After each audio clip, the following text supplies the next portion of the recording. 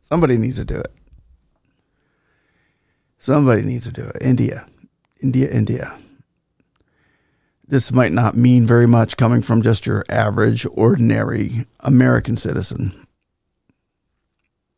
But man, we're sorry. We apologize. I apologize for millions upon millions upon millions of Americans that voted for Trump. We didn't know that he would do this, but we are so sorry. Forgive us for our president's actions, as well as his advisors and others out there who are in his ear on foreign relations, because the way he's acting towards India right now, towards you guys, I mean, it's no secret to anybody that he's in bed with Pakistan. We know.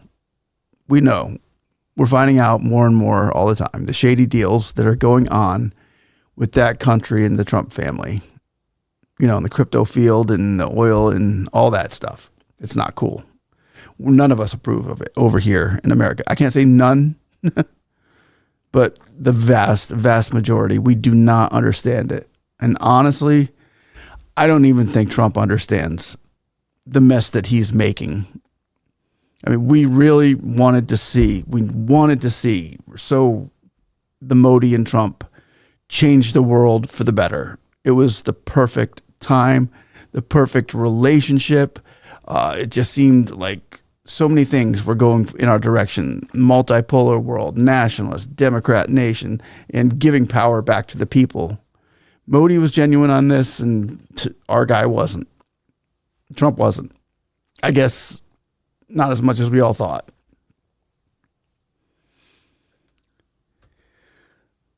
He's hanging out. Trump, you're hanging. And I know who watches this. I know. I've had interviews with many of you leaders out there here in America, in the halls of Congress. And I know that you watch this. You can get messages to the man. He's hanging out and listening right now to the wrong people. I'm not sure how deep the deep state goes, but apparently it goes further than we thought, because they got him pretty quick and changed his direction on America's relationship with India. But Americans, as Americans, we can't do anything but say that we're sorry. And we are. And don't think for a second that people in this country are okay with what he's doing, or at least the same people. I mean, we are ashamed. We are embarrassed with all of this nonsense that he's doing. And I don't know how many times we can say I'm sorry, and I know it isn't going to matter, but that's about all I have to say right now. I'm sorry. And on to the moral of this video here. Let me start with Besant. If you go back and look now, I believe India had less than 1% of their oil, 1%, and now I believe it's up to 42. So wow. India, on the other hand, got about 1% of their oil from China in 22. Now it's up to 37%. So they're doing what I call the Indian arbitrage. He says it's up to 42% one day, and he says it's up to 37 the next day. So apparently, Besant, you're lying. You have no idea what you're talking about. We can see that you're trying to create this narrative. Make Americans mad at India. It's not going to happen. And truth be told, Americans could care less if India was getting 100% of their oil from Russia or Iran or Mars, for that matter.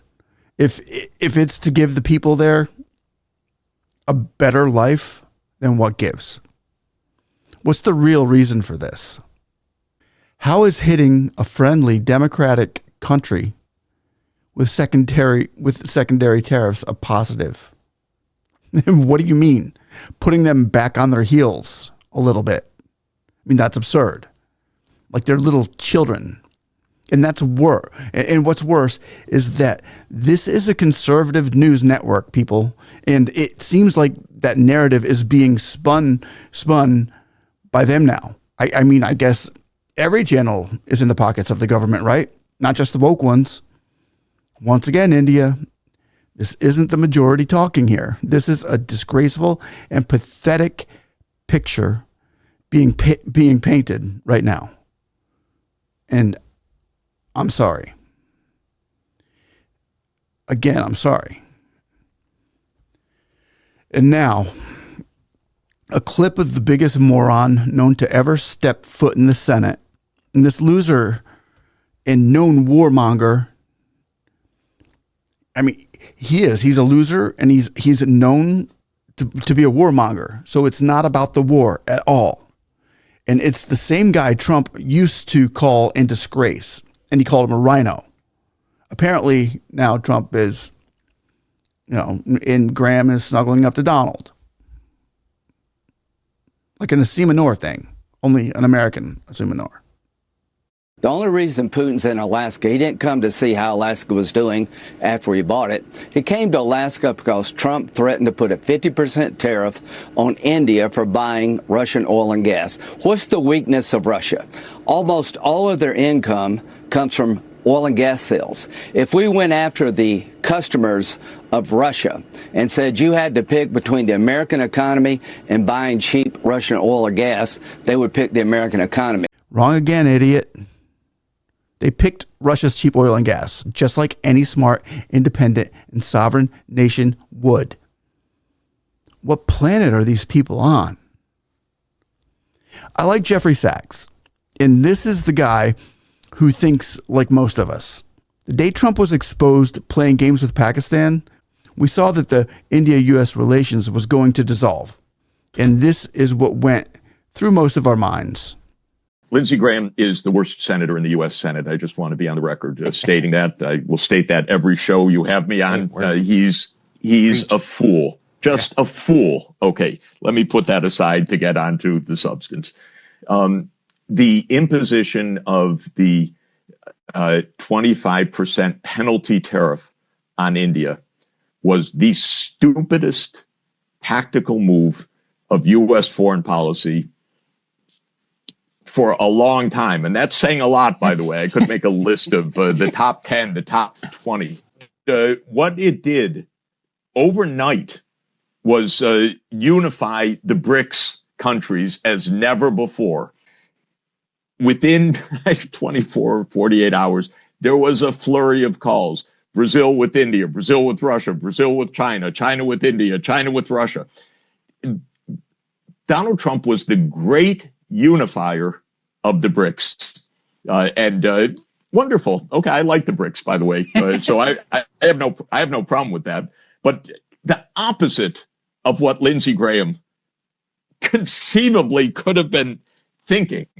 Or Peter Navarro, who, okay, I'll put him on the list of probably the most incompetent PhD that my former department ever granted.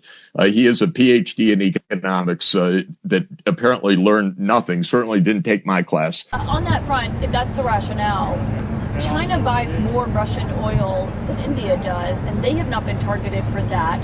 So why is India having its tariffs doubled? As the boss says, let's see what happens. Keep in mind that we have over 50% tariffs on China already. Okay. Right, but you could but they haven't been punished for buying Russian oil. We have over 50% tariffs but on China, so we don't want to get to a point where we actually hurt ourselves. Okay, but so do you see what people that are question, confused by that? And I think I've given a really good answer. In any event, going after India, a country that the U.S. has been cultivating for strategic and diplomatic relations, and it's a long story, but trying to get India on side against China and the so-called Quad arrangement and so many things. And Trump ended it overnight. Because, by the way, even if this 25% tariff penalty is removed, and I think it probably will be, the Indians learned a lesson that I was trying to tell them, by the way, for years. You cannot trust the United States.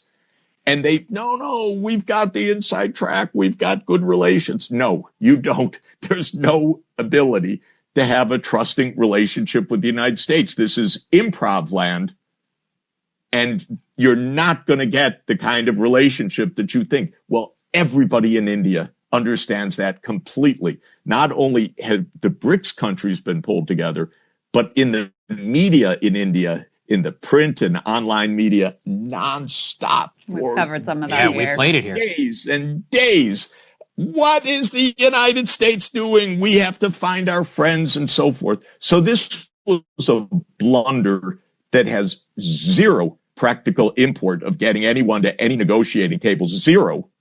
But it completely undermined one strand of U.S. foreign policy built up for years. I don't like that strand, so I like the BRICS. So good. The BRICS are much stronger and more united now than ever. Fine. Donald Trump united them. Peter Navarro united them. Lindsey Graham united them. Congratulations.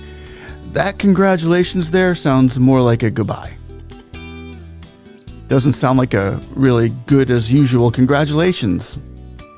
Lord, I ask that you continue to prosper India, and that what seems to be a loss for many becomes a great gain for many. In Jesus' name, I pray. And again, apologies from America. And please pray for this nation too, because we probably need it a lot more than you do. Blessings to you all. One love, and till next time.